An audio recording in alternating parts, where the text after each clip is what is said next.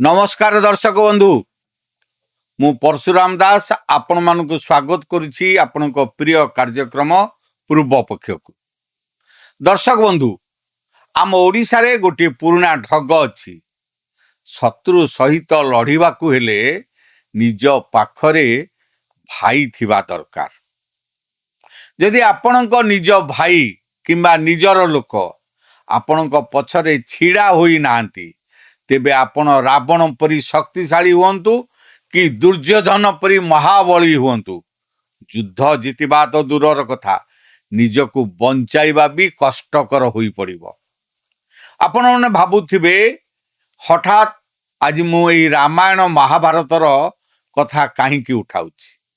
आज तो ओडिसा रे कोनोसी युद्ध हेउ नाही किंतु दर्शक बंधु सीमारे युद्ध हेउ नथिले भी ओडिशार राजनैतिक मैदान रे एबे जो पेंच पांच एवं क्षमता हासलर गुप्त खेल चली ताहा कोनोसी महाभारत युद्ध ठारू कम नुहे।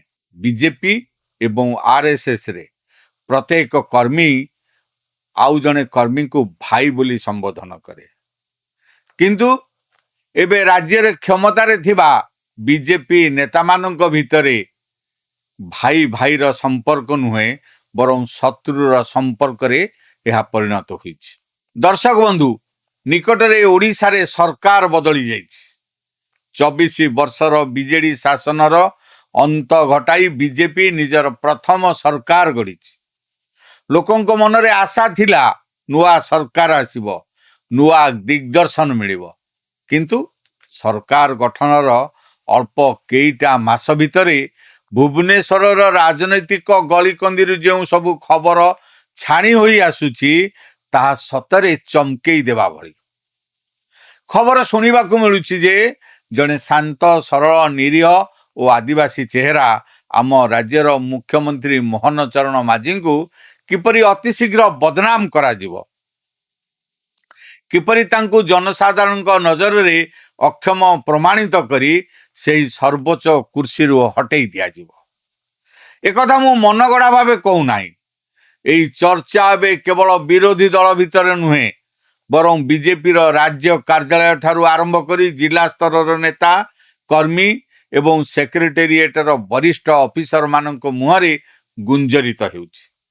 गोटे कथा एबे सारा ओडिशा रे चर्चार विषय पालटिछि मंत्री ऑफिसर धर्मेंद्रंकर आ बदनामी मोहनंकर किपरि सेही षडयंत्र रचा जाइछि। आजिर पॉलिटिकल भागवत रे पुंखानुपुंख आलोचना करिबा। आपण माने देखु थांतु पूर्व पक्ष मोर आपण मानको अनुरोध आम चैनल को लाइक करंतु सब्सक्राइब करंतु आ बंधु मानक सहित अधिक रु अधिक शेयर करंतु।